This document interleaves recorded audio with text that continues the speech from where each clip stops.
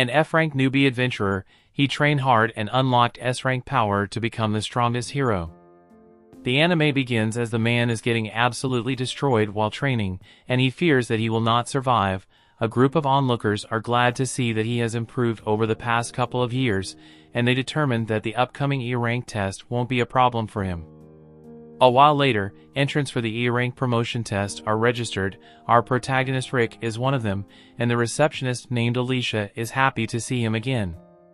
It's been 2 years since they last saw each other, and it was when Rick used to be a guild clerk. She was surprised to hear that Rick became an adventurer, and he can't blame her, because starting off as an adventurer at age 30 is pretty unthinkable. Normally people start off as F-rank apprentices when they are teenagers and become E-rank just 2 years after that. Alicia wonders where he has been, so Rick explains that he was up in the mountains training with some senior adventurers. Some unruly drunk guy tries to make advances towards Alicia, but Rick calms him down. Everyone's attention turns to them when the guy passes out, so Rick reminds everyone to drink responsibly. Alicia gives him his exam ticket and wishes Rick luck on the E-rank test. Rick is horrified though, when his ticket has a really unlucky number of 4,242. Outside, Rick told some girl named Rionette that he finished registering, and she reminds him where her eyes are. Back inside, everyone is shocked to see an imprint of Rick's hand on their drunk guy's armor because it's made of steel. What's even more shocking is that the drunk guy is an infamous former A-rank adventurer. His name is Domold, the Fiendish Knight, and he is a wanted criminal. Alicia's then shocked when she wonders if Rick has become strong enough to easily leave an imprint and steal armor. A while later, Rick's height is measured and the examiners are shocked to see that he's 32 years old. After that, participants have their magical energy tested by putting their hands on a crystal ball. A couple of guys get D- and one girl gets a C+. Rick's turn is next, but the light he generates from the crystal is pathetic, and he's given an F-. The others have never seen a score so low, and they hope they never end up like Rick. Rick leaves, but the examiner is shocked when the crystal ball breaks. The next exam has participants attack something to measure the force they can generate. The device can absorb insanely powerful attacks, so participants are told not to hold back. This device is a slime bag, and a look into the past shows someone teaching Rick about it. He was told that the human body is the foundation of a good fighter regardless of what weapons or magic they have. Rick was instructed to destroy the golden slime bag with his bare hands because once he could do that, he will have built a body that he could trust. However, this golden slime bag is known for being as strong as dragon's teeth. Rick was sure that he wouldn't be able to destroy it with his bare hands, but he was told that doing so is simple for an adventurer. His instructor revealed that he could destroy 201 and demonstrated a bit of his power. Rick had to work his way up by hitting the bag with 50,000 punches every single day. Back to the present, one guy impresses everyone when he attacks a bag using strengthening magic. Some little guy is up next and he declares that the time to show his strength has finally come. This kid is the second son of the Duke, and rumors say that even though he's just 11 years old, he has magic equivalent to a C rank.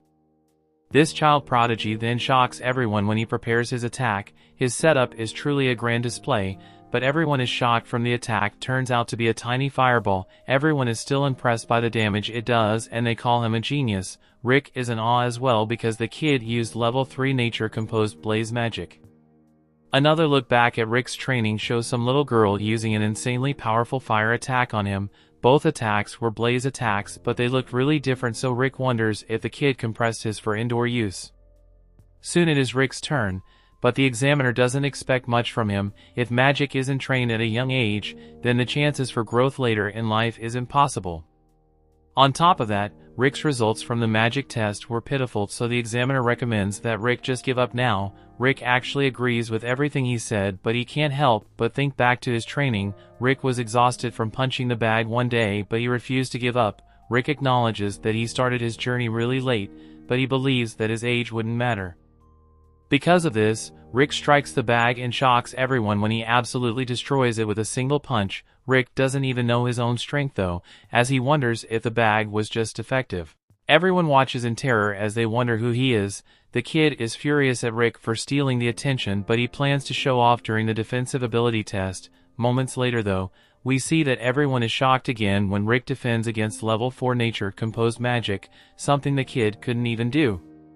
The examiner is surprised to hear that Rick only used level 1 magic to block the attack, so he decides to go up one level for the next one. He will use level 5 attack magic, so the examiner suggests that Rick use something higher than level 1 defense magic. Rick then shocks everyone yet again when he reveals that he can only use level 1 magic on offense and defense. Rick assures the examiner that he will be okay though, so the examiner takes offense as he believes that Rick is underestimating him. The examiner decides not to hold back and starts his incantation. He unleashes the level 5 attack, shocking everyone with its immense power, and even some knight worries about it from really far away. His name is Sylvester, and he rushes to the arena because he couldn't believe such a powerful attack will be used during an exam. Sylvester has then informed about Rick and how he was able to block a level 5 attack with just level 1 defense magic. He assumes it must be some kind of joke, but he is told that it isn't. It's just an impressive 32-year-old F-ranked adventurer. Rick's report reveals that he was a good receptionist for 13 years. Sylvester doesn't seem to know what a receptionist is though, and Rick's power makes them wonder if it's a title given to someone who has defeated a dragon. After the written exam, Rick expresses how confident he is that he aced it. Just then the prodigy named Freed angrily approaches Rick. Rick barely remembers this kid, so he assumes that he's lost and offers to help him find his parents. The kid is furious though and explains a risk to call the attention away from him. Just then Freed's older sister, Angelica, arrives and is upset that Rick made her brother cry. Freed says that the 40-year-old man ruined everything, but Rick angrily corrects him by saying that he's only in his 30s. Angelica only believes her brother though and challenges the 40-year-old man to a duel. Rick points that she just got her glove dirty, but Rionette explains that picking up the glove means he has accepted the duel. Moments later, the two arrive in an arena and Angelica declares that she must punish the old man. Duels in the kingdom allow each participant to propose one condition for the duel. Angelica proposes that the loser must act as the victor's servant until the end of their life, and her brother cheers her on. Angelica is a second-class knight, and Rick is shocked to hear that this means she's the same level as a B-rank adventurer. B-rank adventurers are powerful enough to defeat monsters on their own, but Rionette still tells Rick to take it easy on her. Rick thinks she has it all wrong though and points out that he's just an F-rank adventurer that just registered a couple days ago.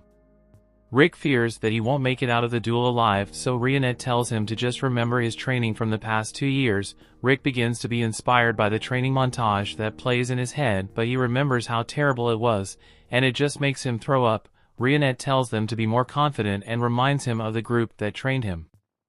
The group, called the legendary Orihalcon Fist, prides itself on being the strongest in the continent, and they consider Rick to be one of its members. Rick thanks Rionette for restoring his confidence and steps up to Angelica. Angelica knows that Rick is an F rank, so she promises to refrain from ending his life. She prepares for the fight, and Rick can tell that she's a swordsman type that strengthens her body and weapons. Angelica wonders if he will be able to keep up with her speed, and Rick is shocked when she flies right past him. She explains that she slowed down just a bit for Rick, and she wonders if he's not talking because of how shocked he is. The little nerd laughs at the 40-year-old and explains that people call his sister the Flash because of how fast she is. Angelica declares that she will actually attack him this time without holding back, and she uses her incredibly fast attack again. Rick goes quiet again, but we see that it's actually because how slow he sees Angelica moving. It's even slower than when Rick walks, so he wonders why anyone would call her the Flash. Rick easily dodges her attack, but Angelica thinks he just got lucky because only a handful of first-class knights are able to properly react to her speed. She is sure that he won't be able to dodge it a second time, but Rick is once again unimpressed by how slow she is moving. He can't believe that she's a knight and wonders if she became one through nepotism. Rick considers for a moment that he might actually be really strong, but he then laughs at the thought. Rick prepares to dodge the attack again, but Angelica trips and starts barreling towards him. Rick just barely manages to dodge her out of control attack, but Rick is oblivious. He couldn't read her movements at all and assumes that it was an incredible skill of hers. This little incident makes him remember that he's just an F rank, and there's a huge gap in skill between him and his second-class knight. Angelica knows that she actually tripped, but decides to pretend like the attack was on purpose. She declares that she will attack again, but move even faster this time. Her next attack takes a great toll on her body though, so she can only use it 3 times. She uses the attack that's supposed to be way faster, but it's still pretty slow on Rick's eyes. The clueless Rick fears that she might use another terrifying rolling attack again if he makes the wrong move, so he dodges carefully. Angelica is shocked and wonders what she should do because you can only use the attack 2 more times. She decides to use her last 2 attacks in succession and Rick realizes that he needs to fight back. Just then Angelica trips again on her last attempt. Rick thinks it's another terrifying technique and fears that his attack won't land in time. Dust goes everywhere and everyone watches in shock. When the dust clears, we see that Rick's attack created a crater in the ground. Angelica is horrified as she realizes that if she didn't trip, then Rick's terrifyingly powerful attack would have landed on her. The clueless Rick thinks that she purposely dodged it though, and she wonders who this guy is. Rick explains that he's just an F-rank adventurer. There used to be a good receptionist 2 years ago. Rick isn't sure he can do much against a second-class knight, but he will do his best during their duel and use it as a learning experience. He excitedly prepares to continue their fight, but he is shocked when Angelica just surrenders. Freed is shocked as well, and Angelica says that she will let him win this time. She tries to get out of there as quickly as possible, but Rick reminds her about the duel conditions. Rick didn't actually propose anything, but he's fine with using hers. Angelica doesn't want to serve him for the rest of her life, so she asks her legs to exceed their limits just one more time and runs away. Rick doesn't really consider it a victory, but Rionette reminds them that it's time for the results of the preliminary test. Just then Rick is shocked when Rionette reveals that the other members of their group will be arriving soon. The terrified Rick wonders what they're coming, so Rionette explains that they want to see how Rick is doing. Rick has a really bad feeling about it, but it's too late as we see that the others are on their way. The Akashic Record, a treasure which grants any wish, is given to anyone who defeats the ultimate monster Kaiser Alsapiet. An adventurer was unable to defeat the monster when he had an encounter with it, but he hoped that someday one of the upcoming adventurers would be able to bring down the beasts and make up for his failure. Meanwhile, Alicia announces to the adventurer the third test will be released momentarily. She tells them that mana will be sent to their exam tickets, and the tickets of those who pass with glow blue. She further informed them that the successful candidates will participate in a mock battle in the second stage the next day. Rick isn't in good spirits because he's not confident that he will pass, but Rionette consoles him, reassuring him that he would ace the test. She informs him that he would have to triple his training if he somehow fails the test, which makes Rick pray to all the existing deities to pass the test. His ticket suddenly lightens up and he stares at it anxiously wondering if he'll pass. His ticket glows blue after a while and he rejoices, informing Rionette that he passed. She congratulates him on his success and they leave the classroom as Rick expresses his release because he doesn't have to return to training. A foul stench suddenly fills the air and Rick can't help recover his nose, wondering where the stench is from. A noble suddenly approaches Rionette and introduces himself as Raster Diarmut, the first son of the Duke of Diamond who rules over the north. Rick is having a hard time remembering his name, so he decides to call him Northy. Raster asks Rionette's name and she introduces herself to him. While the Raster is marveled by how sweet Rionette's name sounds, he frowns at Rick when he introduces himself because he has no business with someone like him. Rick is heartbroken by this, but Raster doesn't care about that as he turns his attention back to Rionette. He tries using his not-so-superior line to pick up Rionette, but he can't even pique her interest in the slightest. Raster continues regardless, asking Rionette to become his second wife. Rick is set up with his advances and he decides to come in between them, which pisses off Raster. Wondering why an old man was being so nosy, Rick informed Raster that he can't keep hitting on Rionette because she's his girlfriend. Raster is surprised to learn this, but notices Rick's participation ticket, which cracks him up. He can't believe Rick was still an F-rank hero in his old age. Rick assumes that Raster is also there for the exam and tries to pull an Uno reverse car on him. But Raster is disappointed with his assessment capabilities, telling him that he already made it to E rank when he was 14. He informs Rick that he's just there to be an examiner for the second part of the exam because he is an A rank adventurer. Raster shows Rick his crest and he asks Rionette to leave Rick because he's worse than a commoner and join him for dinner. Rionette kindly turns down his request, telling him that she's dating Rick, who's so red on his face that he almost explodes. She also teases Raster, saying that his perfume has a disturbing smell which isn't very pleasant.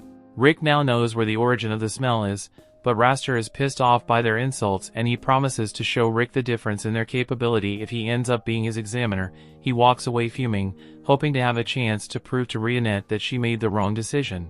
Rick didn't like that he was already starting on the wrong foot with his potential examiner, and he hoped that Raster wouldn't turn out to be his examiner during the exam. Raster went for dinner at the castle, but was still sewing from his encounter with Rick. He promised himself that he would prove to Rick that he was superior to him. Fried and Angelica suddenly come running to him with tears running down their faces, and he's surprised by this, wondering what is making them sad. Fried tells him that he was disgraced by an old man during the test, while Angelica tells him that the same man almost disgraced her by explaining her duel. Raster is pissed that some old man had committed such an unforgivable sin, but then he suddenly figures out that the man could be Rick. Then he asks Fried for the old man's participant number, and Fried tells him it was an unlucky number, confirming his suspicions. Raster is pleased that he will have the chance to disgrace Rick during the second part of the exam and also get his revenge for what he did to his siblings.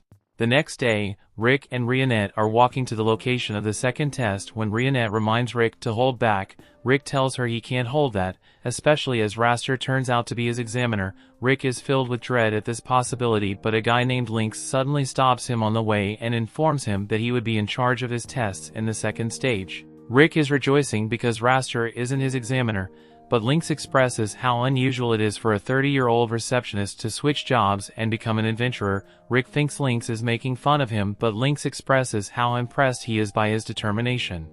Lynx is glad that a fellow middle-aged man like him can inspire others to chase their dreams regardless of their age. Lynx felt a sense of déjà vu because he became an adventurer at 24 years old, so he knew that Rick had a goal in mind. Lynx informs Rick that he's yet to achieve his dream of getting to A rank despite being in his 40s because it took him 20 years to get to B ranked. Rick was impressed by Lynx's passion at his age and eager to get into the mock battle with him. Lynx warns Rick that he won't hold back, but he gives him a handshake and invites him for a drink after the tests. Around the corner, Raster is silently eavesdropping on their conversation with a naughty smile. Lynx felt how much Rick trained just by shaking his hand, so he decided to train even harder. As he returns to his coders, Raster corners him so they can discuss. In the prep room, Rick is very cheerful and Rionette notices this, but a messenger suddenly comes into the room bearing news for participants numbered 4200 and the above. He tells them Lynx has fallen ill and their new examiners will be Raster Diarmut.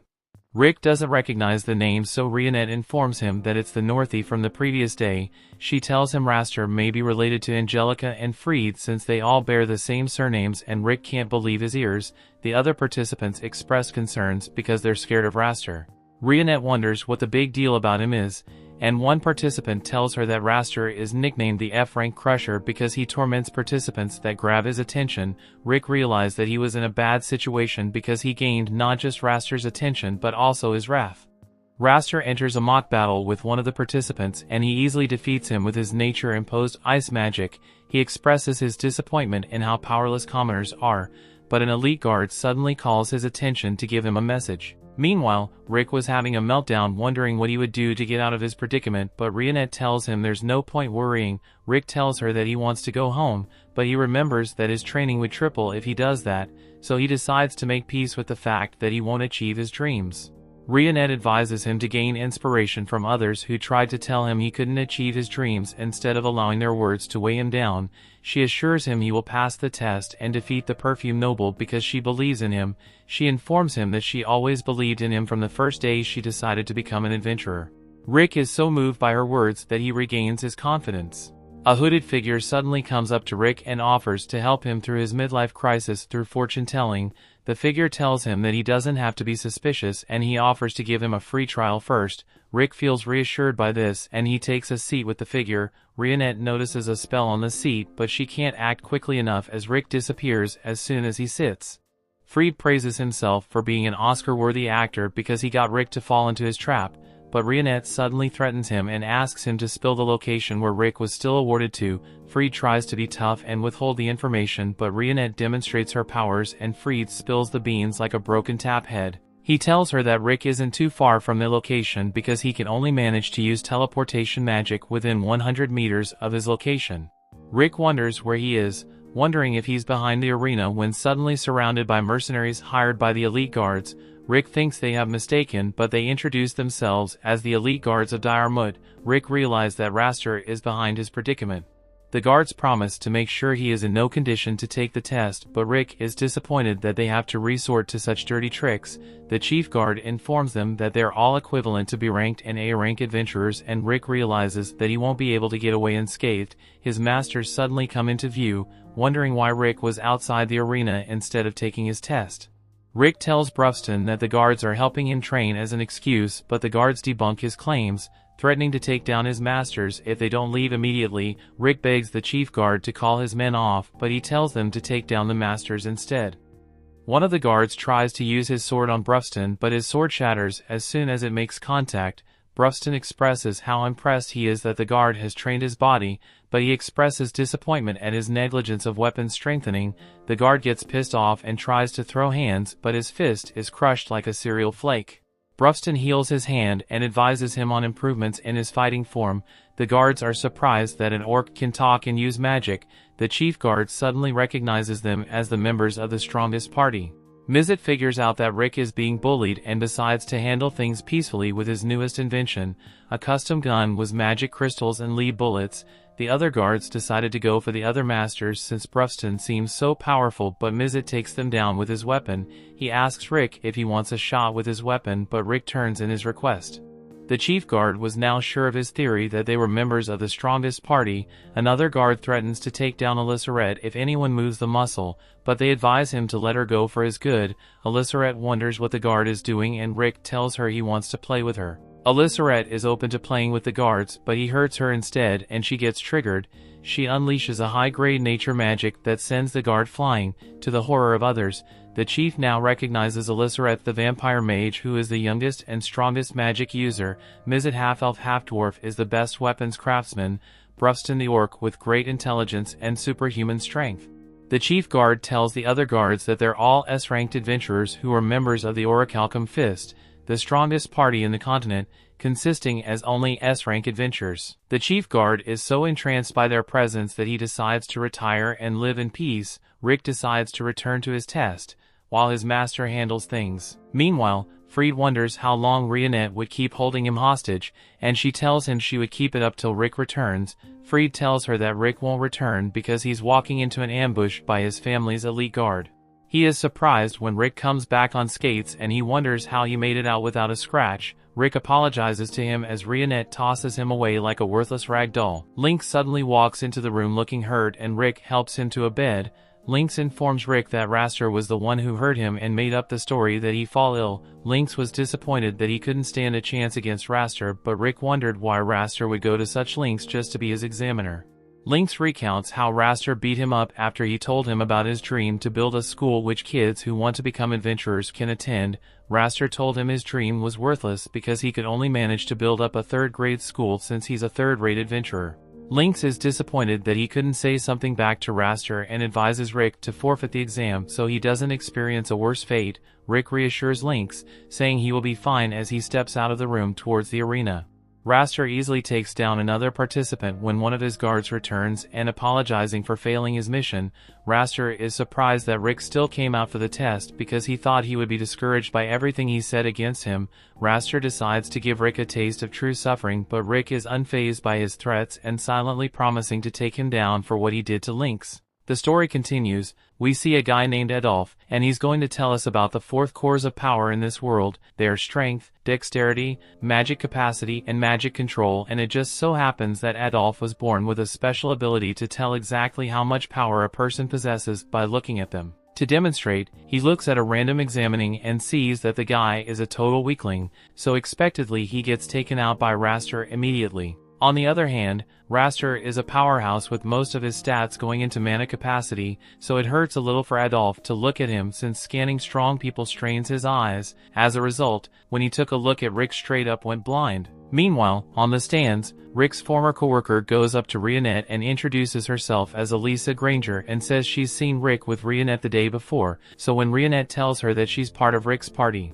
Elisa has overjoyed to hear that Rick has new friends, and since everyone was getting ready to watch Rick's test, Rionette invites Elisa to join them. She happily agrees and walks over to the seats, but she is shocked by Brufston being here since he's an orc. Mizet invites Rionette to sit next to him, but she politely declines since Mizet is guaranteed to harass her if she sits anywhere near him. Just then, Mizet misses the girl standing behind Rionette and asks who she is, so Rionette introduces her as Rick's former coworker and Elisa greets them all. Mizet nervous is the huge personality Elisa has, so he eagerly offers her the seat next to him, but Rionette isn't going to let Elisa fall victim to Mizet's perverted intentions. Just then, Rick steps out into the arena, so Brufston asks Rionette how she thinks Rick will do in the exam. She confidently says Rick will pass the exam without incident, but Elisa doesn't think he'll be that easy. She says Raster is an A-rank adventurer and he is known for using excessive force to beat down the E-rank adventurers, but if Raster is just A-rank then Brufston is sure Rick won't have any trouble.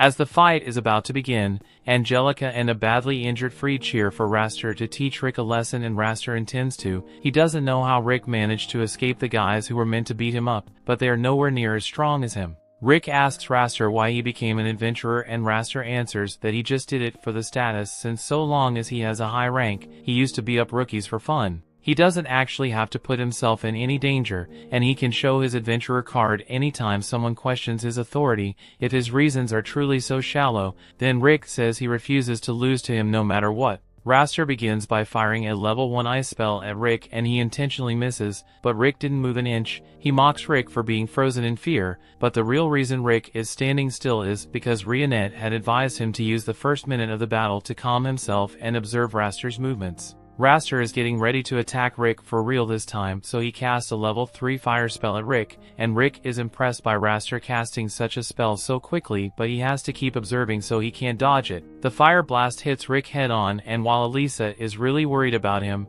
Rick turns out to be perfectly fine. Brufston tells Elisa that Rick is strong enough that a blast like that has no chance of damaging him. He explains that of the 4 cores of power, mana capacity must be trained from an early age, otherwise one loses all hope of growing in that category. It usually has a limit of about 20, so since Rick became an adventurer at the age of 30 his mana capacity is really low, which is why he puts so much effort into training the other areas. Brufston trained him in physical strength and had Rick do things like running between villages but with giant 100-kilogram ankle weights attached and venomous snakes that chase him through the forest. Brufston did everything he could to build up Rick's strength and Mizet trained him in mana control. It's honestly surprising that Mizet didn't give up on teaching halfway through since he never liked working, but when it came to Rick he wanted to make sure that Rick could put up some good magical defenses, otherwise he would have been a pilot ash by now. He also says Rionette was the one who trained Rick in dexterity, and this comes as a shock to Elisa since she thought Rionette was a maid, but Rionette just enjoys wearing maid outfits for fun.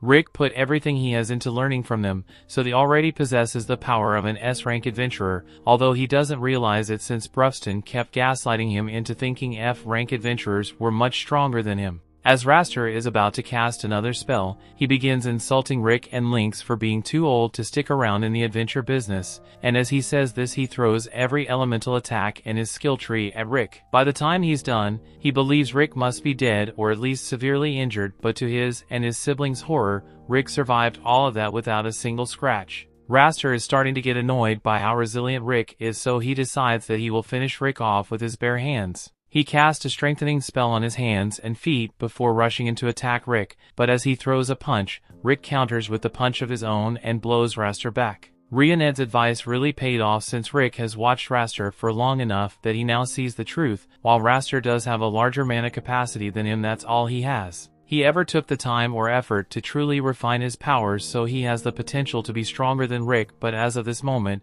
Rick understands that he is stronger than Raster. Raster tries to pass off Rick's successful counterpunch as a fluke, so he is going to get serious and casting full incantation spells take Rick out. Go all spell looked pretty impressive. Rick was able to block it with one hand and even insults Raster for his sloppy spell execution. Elisa doesn't understand how Rick could possibly block his spell of that level with his low mana capacity, so Mizet explains that Rick learned to have great control over his mana use, so even the Raster has more mana. Rick can use 100,000 times less mana to match Raster's spell casting. Raster's confidence is starting to falter, so he tries one last attack to prove that he's stronger, but Rick is far too fast for him and delivers a punch that forces Raster to use Iron Body defense magic. By this point Raster has realized that Rick possesses far more power than the average E rank, but he still claims that he has just been getting lucky with his attacks up to this point. But Rick isn't falling for any more gaslighting. He knows that everything up till now has been a result of his strength, and on top of that, Rick didn't even use any strengthening magic, yet he was able to overpower Raster after he used it to attack. Raster realizes he can't bluff his way out of this, so he asks Rick how he managed to become so strong. He possesses very little mana, but Rick feels insulted that Raster thinks he used some cheat trick. He was thrown into a dragon's lair and wasn't allowed to leave until he defeated it. He got blasted over and over with extremely powerful explosions, and then he was forced to swim for a swab of monster gula until he choked on it. Elisa can't believe Rick survived all that, but in reality, Rick didn't survive, but since process healing magic is so powerful, as long as it was applied quickly, no matter how many times Rick ended up dying, he always brought him back to life. That's how he managed to exceed his physical limitations, and it is honestly surprising how well Rick handled it, since none of them had any regard for his safety. So if Mizet rushed him off a cliff for training and he died, he just called Brufston to heal him. The same thing happened with Elissaret's training and Rionet's training, leading to several life-ending injuries. Raster doesn't believe any of it though, since even if there was a way for Rick to train like that, what reason would he have to willingly put himself through hell like that? Rick says he has a dream of eventually killing the world's strongest monster, Kaiser Alsapiet. Raster begins laughing at Rick because he thinks the monster is nothing more than an old story. But in truth, the monster is very real, and the main goal of the Orihalcon parties to one day eliminates it. Raster doesn't believe the monster exists and calls Rick dumb for believing in children's story, but Rick doesn't care if Raster doesn't believe him, since his mission has nothing to do with him. Raster is tired of listening to Rick's stories, so he says he will now end this fight once and for all and uses a level 7 binding spell to hold Rick in place. He then begins to chant for the strongest spell he has available, the level 8 nature composed magic. With this, Raster believes the fight has been won, since there's no way Rick would be able to overpower his spell this powerful. However, Rick begins charging up a level 1 air shot to fight back. Raster laughs at him and says a mere level 1 spell could never beat his level 8 spell. Yet Rick is still completely confident that his air shot will be enough to punch through Raster's level 8 spell, and that's because Raster has used this spell handful of times at most, so he hasn't refined it to its utmost capabilities. On the other hand, Rick has used his air shot over 100 million times already, so he has learned how to unleash his full potential. No one believes Rick's claim of using the spell 100 million times, since it is physically impossible to have done that in only 2 years, but Brufston assures Elisa that Rick is telling the truth, although he needed space-time magic to make it possible. Raster still doesn't believe it though, so he's ready to smash Rick into the ground and finish this, but as he gets ready to punch, Rick effortlessly snaps the binds on his arms and legs and clashes with Raster. Raster is certain that he has won now that he has landed his attack, but then his mix started crumbling from Rick's power, before finally being shattered to pieces and sending Raster flying off into the stands, and he is still alive, but his pride definitely isn't. Hardly anyone can believe what they just saw, as an E-rank adventure just defeated an A rank, although Rick's friends totally expected this outcome. After Rick returns to the locker room, the other go to meet him and congratulate him on winning fight, especially Elisa, who's really impressed by how strong he has gotten. Rick finally understands that he is really strong, and he doesn't know why he didn't realize it sooner, but he thanks his friends for training him so well. They tell him there's no need to thank them so formally, and instead they should all go out to celebrate at a bar. But before that, Rick hears the voices of Raster and his siblings entering the room, and Raster is clearly feeling the pain from Rick's punch, but he refuses to get treated for it. As Rick sees him, he starts telling Raster that there's a reason he lost the match today. Raster doesn't want to hear any mockery from Rick, but Rick is trying to give him some genuine advice, so he tells Raster that while he was training, he limited the number of techniques he would use in order to master them fully, so for Raster wishes to grow stronger, he should refine a single technique until he tells like he's going to die, but he doesn't have to follow the advice if he doesn't want to. Rick says he has high hopes for Raster's future as an adventurer, and it looks like Raster has finally learned some humility, since he sadly walks past Rick and tells him that when the time comes for Rick's next promotion exam, Raster will make sure he is strong enough so that he doesn't lose his second time. Raster then leaves and his siblings follow after him, but before leaving, Angelica lowers her head to apologize for all the trouble she caused Rick, and then she helps Raster walk out. After that, the E-rank exams have officially concluded, so an announcement is made for the candidates who passed. As the numbers are called, Rick eagerly awaits Hear Zone, and meanwhile the others have already started a preemptive celebratory feast for him, since they are sure there's no way he will fail.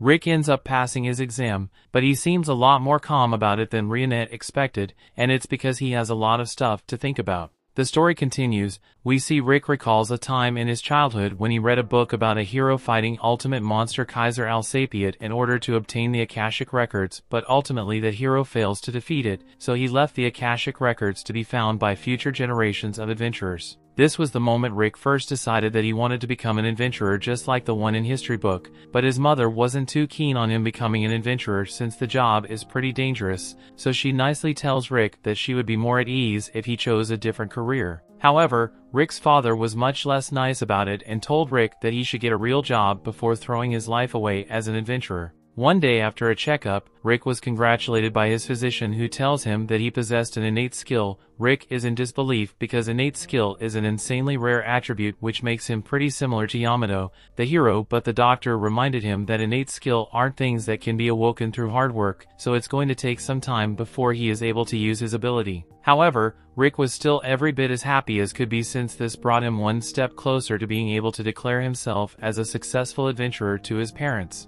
The next day, Rick wakes up and tells his friends that he's got an innate and when he's finally able to use it, it's going to be amazing. However, they soon turn to weeks to months, and eventually Rick had to come to terms with the fact that his innate skill would never manifest. His friends were sympathetic with him and encouraged Rick to try becoming an adventurer anyway since most adventurers don't have innate abilities anyway, plus adventurers make a ton of money so it's not a bad job. However, the reason Rick wanted to become an adventurer, it wasn't for the money but to become like the hero Yamato, so since he can't become the kind of adventurer he was hoping to be, he decides to go get a real job after all. Rick tells his parents about his decision and they are overjoyed to hear that Rick has finally given up on his dreams and is ready to get his soul-crushing job like a normal person. The next few years went by with Rick learning the ropes of the receptionist and watching countless adventurers all living out his dream, so as time went on, Rick became more and more jaded to reality until finally, he grew to accept his mediocre life and enjoy the time he spent with his friends and family.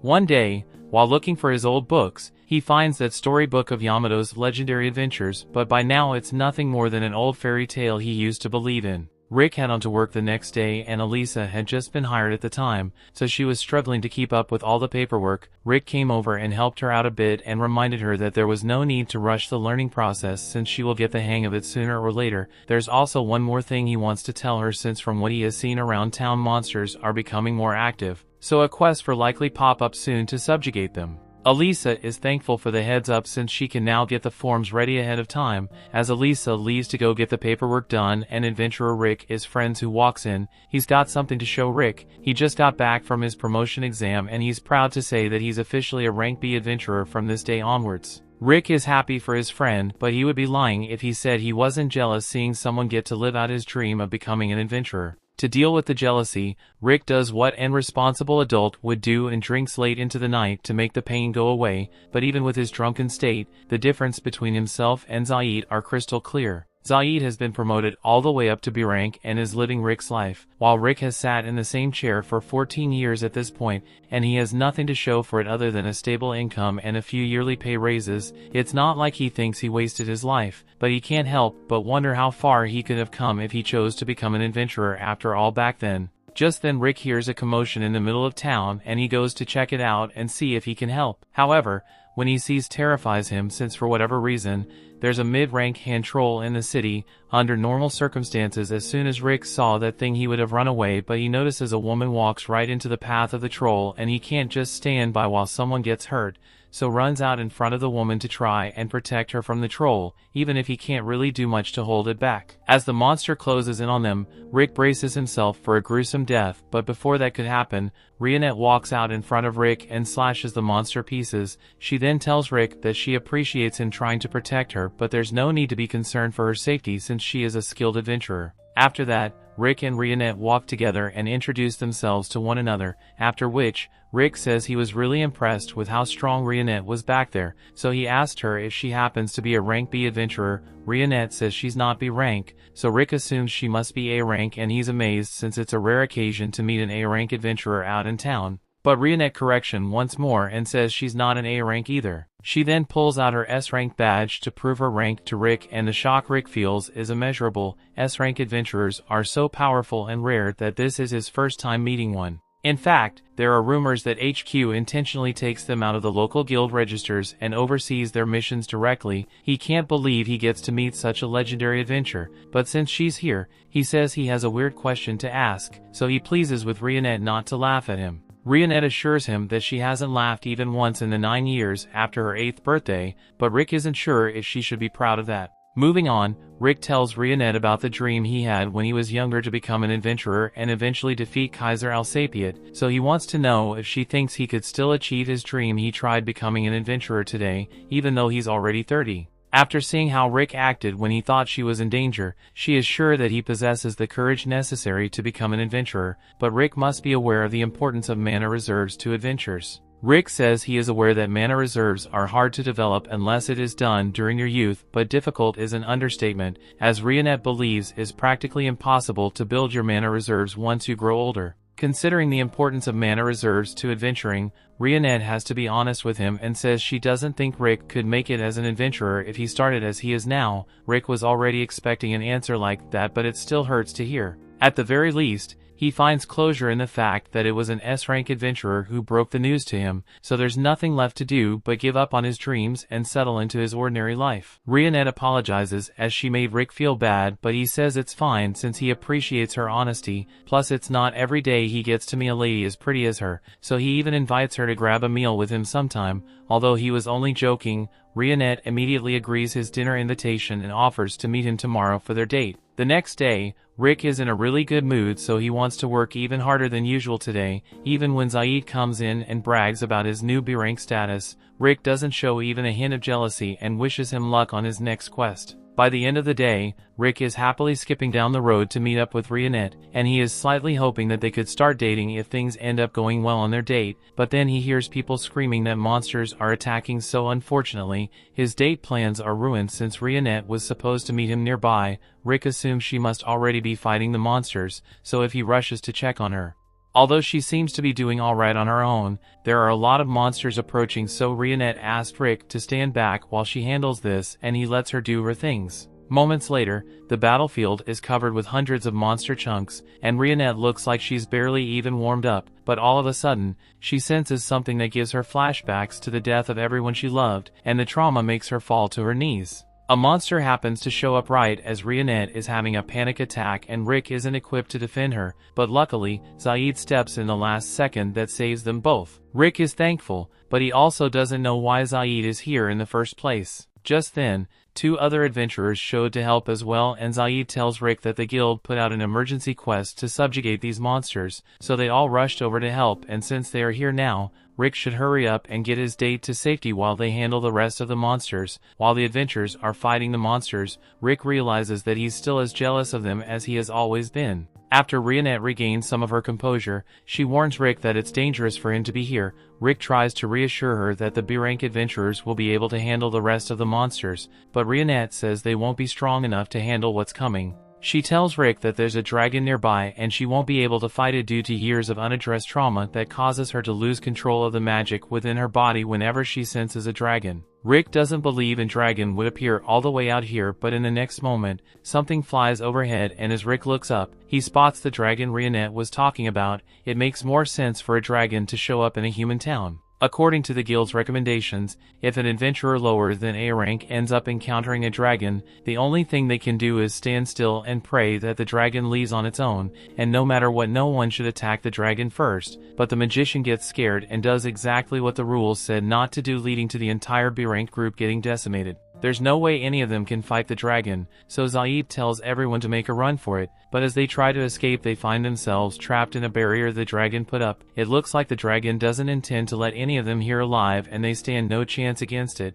but Rick begins walking straight up to the dragon. Zaid tells him to stop since there's nothing he can do to the dragon as a receptionist, but the way Rick sees it, if he's going to die anyway he might as well face to head on and die as an adventurer would. Rick thought he would feel better if he gave up on his dream of being an adventurer, but he still feels the fire inside pushing him to work towards that goal. He picks up a rock and throws it at the dragon, and it does absolutely nothing, but Rick's bravery motivates the other adventurers to try their best as well, even if they know they'll lose in the end. It all begins throwing every attack they have at the dragon, but it doesn't do much other than provoke the dragon into using its fire breath. Zaid realizes this is probably going to be bad, so he uses his iron body skill to protect everyone, and while it allows them to survive, they still suffer a considerable amount of damage from it. But from the flaming rubble, Rick gets up and walks straight over to the dragon, claiming that he will make his dream come true no matter what it takes. The dragon uses its foot to squish Rick, but on the verge of death, Rick's dormant innate skill awakens, giving him the power necessary to survive being stepped on and push the dragon away with ease. The amount of magic flowing from his body is so potent that it is actually visible, and Rick realizes that this must be his innate skill, so why he wishes it awakened earlier. It's better late than never. Now that he has the power necessary to fight back, Rick is a lot more confident about facing the dragon. So as the fires another blast at him, he stretches his hand out and blocks the fire with his magical energy, and when he finally gets the chance to counterattack, Rick unleashes a punch that carlos a hole straight through the dragon's body, killing it in an instant. Once it's all over, Rick goes back to normal and collapses to the ground, and by the time he wakes up, he's in a hospital bed in great physical pain. Rionette is there as well and informs Rick that he overloaded every single magic circuit in his body during the fight with the dragon, so by all accounts, he should already be dead. He's been unconscious for about a week, and the entire time Rionette has been waiting by his bedside because she wants to personally invite Rick to join the party. She's a part of the Orihalcon Fist. The party's goal is to defeat Kaiser Alsapiet just like Rick, and after seeing Rick fight on courage alone, even when he didn't have the power to win, gives her the confidence to say that Rick can grow stronger and fight alongside the S-rank party and become an adventurer. This was the first time anyone ever supported the idea of Rick becoming an adventurer, so he's moved to tears by Rionette's faith in him. That leads us back to the present, where Rick has just officially passed his E-rank exam, so for the first time in his life, he can say that he's an adventurer. That brings the episode to an end. Thanks for watching. Want next part? Subscribe the channel and turn on notification bell.